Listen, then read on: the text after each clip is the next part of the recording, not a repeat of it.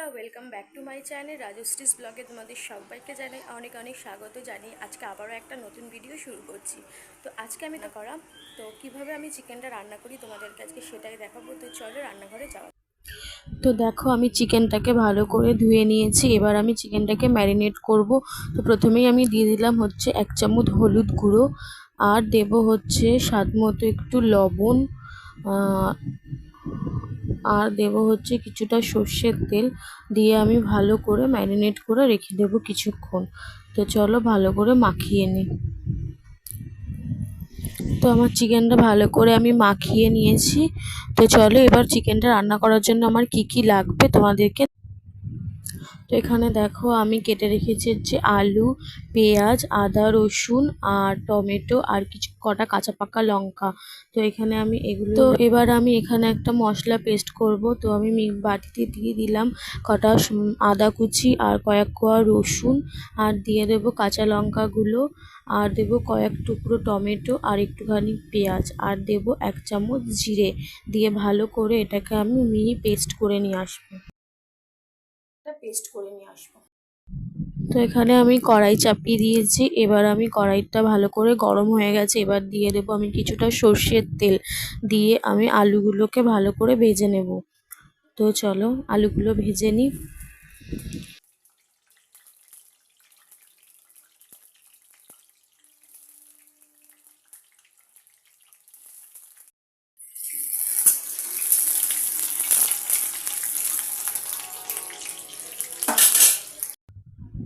এবার আলুগুলোর মধ্যে আমি কিছুটা নুন আর একটুখানি হলুদ দিয়ে ভালো করে আলুটাকে ভেজে নেব।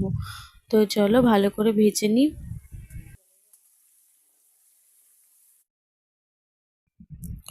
তো দেখো আলুটাকে ভালো করে ভেজে তুলে নিয়েছি। এবার সেই একই তেলের মধ্যে আমি দিয়ে দেবো কিছুটা গোটা জিরে। দিয়ে ভালো করে ভেজে আমি জিরেটাকে তুলে নেব। তো ভেজে নিই। তো জিরেটা ভাজা হয়ে গেছে। এবার আমি ওই তেলের মধ্যে দিয়ে দেবো কুচনো পেঁয়াজ। তো পেঁয়াজ কুচি দিয়ে একটু ভালো করে ভেজে নেব।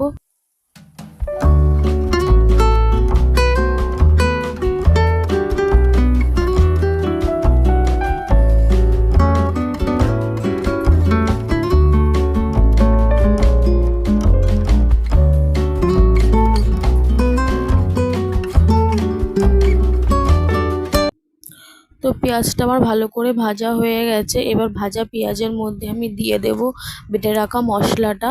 তো মশলাটা দিয়ে আমি ভালো করে কষিয়ে নেব। এবার ভালো করে আমি মশলাটা কষিয়ে নেব।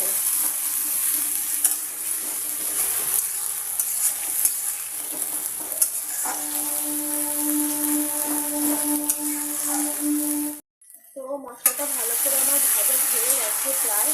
তো এবার এর মধ্যে টমেটো কুচিটা দিয়ে আমি আরেকটুখানি নেড়ে নেব।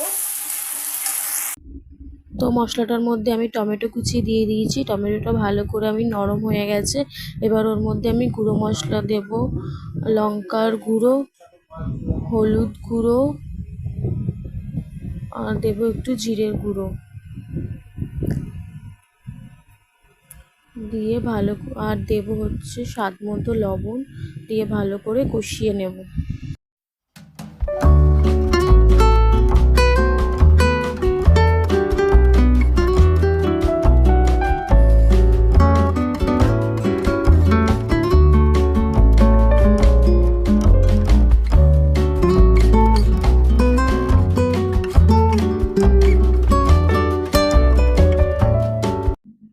তো দেখো মশলাটা আমার ভালোভাবে কষানো হয়ে গেছে। এবার আমি এর মধ্যে দিয়ে দেবো আরেকটুখানি সর্ষের তেল। দিয়ে ভালো করে নাড়িয়ে নেব। তো ভালো করে দেখো আমার মশলাটা তেলও ছেড়ে দিয়েছে। তো এর মধ্যে এবার আমি দিয়ে দেবো হচ্ছে মাংসটা। তো দিয়ে ভালো করে আমি কষিয়ে নেব। তো চলো।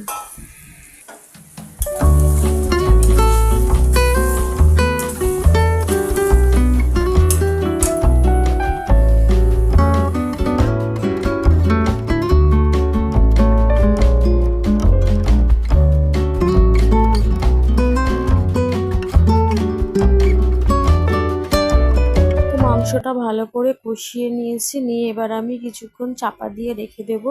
তো চাপা দিয়ে রেখে দিলাম। তো দেখো কি সুন্দর একটা কালার চলে এসছে, কত সুন্দর লাগছে দেখতে। তো এবার আমি ওর মধ্যে ভেজে রাখা আলুগুলো দিয়ে আবারও ভালো করে কিছুক্ষণ কষিয়ে নেব।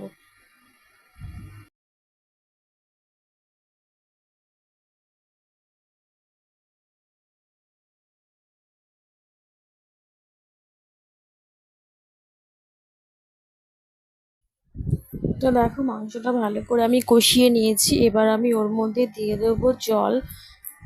তো জলটা দিয়ে দিলাম। তো মাংসটা একটু কষা কষাই করবো, তাই অল্প করেই জল দেবো।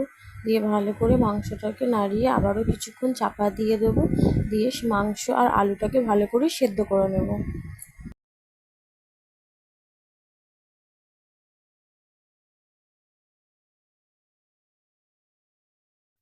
তো এবার ঢাকনাটা খুলে দেখবো মাংসটা সেদ্ধ হয়েছে নাকি।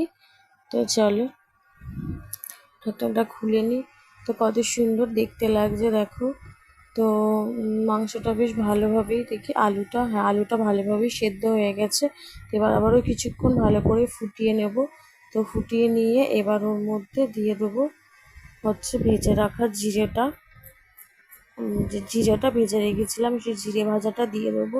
একটুখানি ডলে নিয়েছি, ডলে জিরেটার মধ্যে দিয়ে দেবো, আর দিয়ে দেবো গরম মশলা। দিয়ে ভালো করে একটুখানি ফুটিয়ে নিয়ে নামিয়ে নিলেই হয়ে যাবে আজকের চিকেন কষা। তো চলো তোমরা দেখতে থাকো।